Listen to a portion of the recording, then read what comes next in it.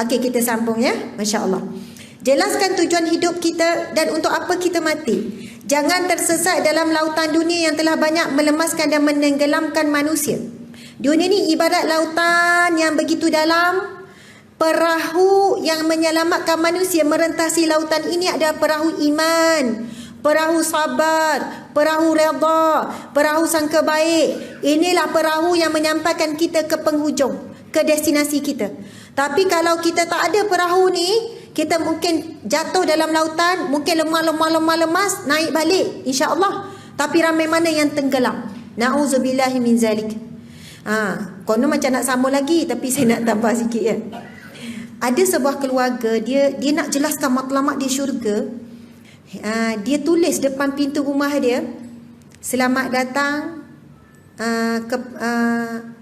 bukan selamat, assalamualaikum, macam itulah, keluarga bakal ahli syurga.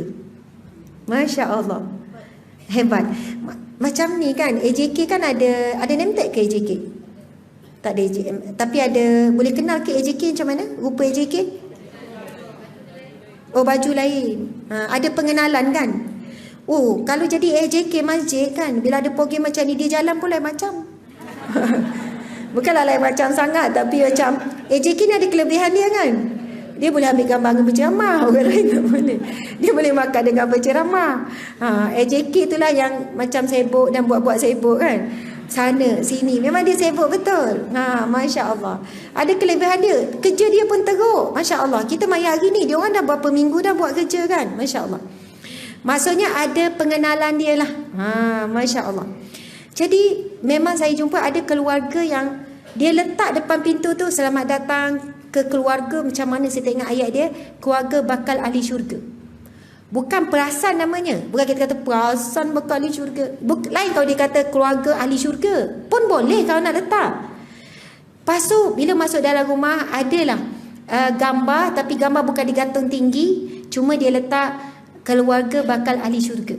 Maksud ada mak, ada dia, ada suami dia, ada anak-anak. Masya Allah. Anak-anak bakal ahli syurga.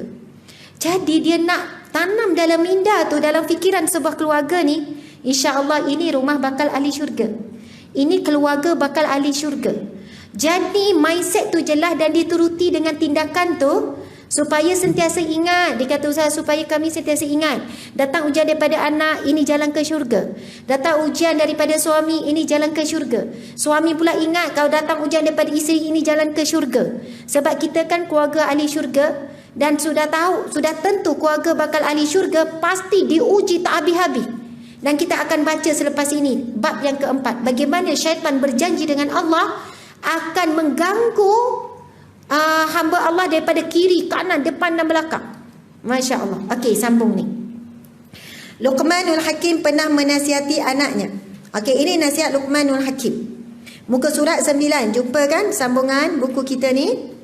Okey. Wahai anakku, jangan engkau buang dunia ini ke bakul sampah, kerana nanti engkau akan menjadi pengemis yang menjadi beban orang lain. Sebaliknya, janganlah engkau peluk dunia ini serta meneguk habis airnya, kerana sesungguhnya engkau makan dan pakai itu adalah tanah belaka. Subhanallah. Maksudnya akan kambus, akan habis, akan hancur, tanah belaka. Maksud Luqmanul Hakim di sini ialah, jangan kau buang terus dunia, nanti kamu jadi pengemis. Tapi bila kita ada dunia, letaklah di tangan dan kita boleh lepaskan bila-bila masa. Jangan letakkan dunia di hati kita. Hati, apa ada di hati? Akhirat. Tempat tuju kita, syurga Allah, redha Allah. Dunia di mana? Di tangan. Tatkala Allah minta kita lepaskan dunia melalui jalan sedekah, kita lepaskan. Tapi kalau tak di hati, memang susah hati. Dia jadi susah hati. Kalau tak di tangan, tak nama susah tangan. Memang mudah je, tak kuat. Tangan memegang tak kuat. Dan tak kala kita berlari keletihan ataupun berlari, contohlah kita kan pegang sesuatu dengan tangan, ada pegang dengan, pegang dengan hati, gambaran saja. Tak kala kita dikejar oleh binatang yang buas, rimau lah contoh. Masa tu nak lepas yang di hati ke nak lepas di tangan? Lepaskan yang di tangan lah, lepaskan. Maksudnya ringankan beban kita. Dunia ini ada satu bebanan yang kita bawa. Sebab apa? Bakal dihisap. Yang halal akan dihisap, yang haram akan diazab. Antara dua tu je. Bukannya sesuka hati kita cakap dah duit sel, ikut sel lah nak beli macam mana. Ni cakap logori kan. Duit den, ikut den lah nak guna buat apa. Kau sibuk apa? Kat dunia bolehlah cakap ini duit saya, ikut saya lah nak guna. Tapi di akhirat kelak baru kita tahu sebenarnya duit yang kita ada itu milik Allah yang Malik. Sepatutnya kita berfikir ketika kita nak menggunakan duit tersebut, Allah redha tak nak gunakan rezeki yang Allah beri ni untuk jalan ni dan sebagainya. Subhanallah, Allahu Akbar. Okey, yang kedua, wahai anakku, selalulah berharap kepada Allah Subhanahu wa taala tentang sesuatu yang menyebabkan untuk tidak menderhakai Allah. Takutlah kepada Allah Subhanahu wa taala dengan sebenar-benar takut. Tentulah engkau akan terlepas daripada sifat berputus asa daripada rahmat Allah Subhanahu wa taala. Sifat orang mukmin, dia tak akan pernah berputus asa walaupun masa tu nyawa dah dekat halkum dah. Dia tak akan terkeluar pada mulut dia, tak ada harapan dia nak tengok anak berubah. Dia tak akan. Sampai akhir hayat dia pun dia tetap teguh berdoa dengan yakin bahawasanya Allah akan makbulkan doanya untuk anak, untuk diri sendiri dan sebagainya. Masya Allah. Muslimin muslimat sekalian, saya nak share lah satu kisah.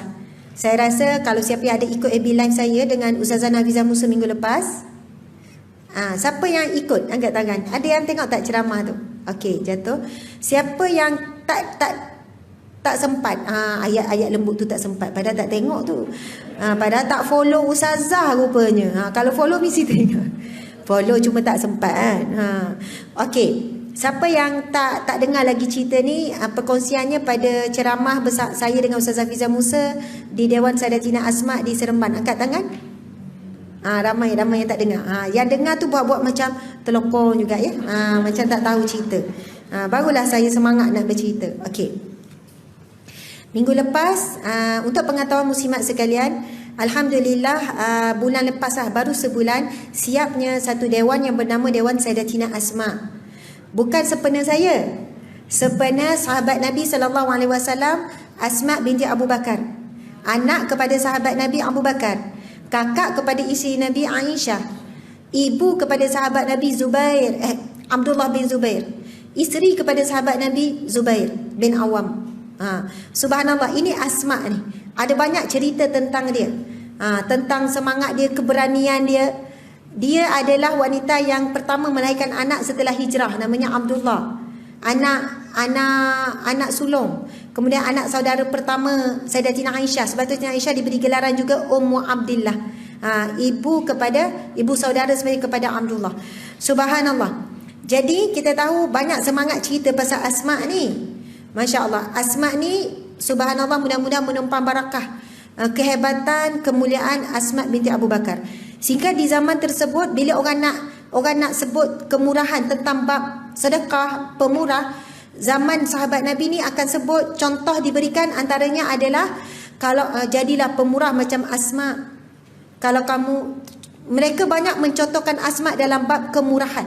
Kemudian dalam bab keberanian kita tahu bagaimana Asma berani kan menghantarkan makanan kepada Rasulullah sallallahu alaihi wasallam ketika bersembunyi dengan bapanya Sayyidina Abu Bakar radhiyallahu anhu di Gua Sur.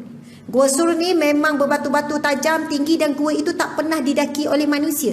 Sebab itu ketika penjejak pembunuh upahan menjejaki Rasulullah dengan Abu Bakar, mereka tak terfikir nak naik Gua Sur tu. Sebab mereka kata Gua Sur tu memang manusia tak pernah sampai, semua itu tempat tinggal binatang-binatang berbisa. Sebab itu Sayyidina Abu Bakar radhiyallahu anhu, sahabat baik Rasulullah, bila sebelum masuk gua tu, dia masuk dulu. Cek apa? Sebab dia tak nak kalau ada binatang yang berbisa akan kena Rasulullah dulu. Dan kita tahu kisah bagaimana Abu Bakar dia mengkoyakkan. Maksudnya koyakkan serban dia, tutup-tutup semua lubang yang ada, tapi ada satu lubang tak cukup kain. Kemudian ditutup dengan kaki dia, bahagian tubuhnya, kemudian disengat. Kan? Kemudian dia minta, ya Rasulullah, dah bersih dah gua ni. Dijemput Rasulullah masuk. Kemudian dia jemput, ya Rasulullah, berehatlah. Kemudian Rasulullah menjawab, wahai Abu Bakar, engkaulah yang patut berehat. Subhanallah, muslimin muslimat sekalian, tajuk kita sahabat dunia akhirat. Dan kita sedang membicarakan tentang pasangan sahabat yang sangat luar biasa.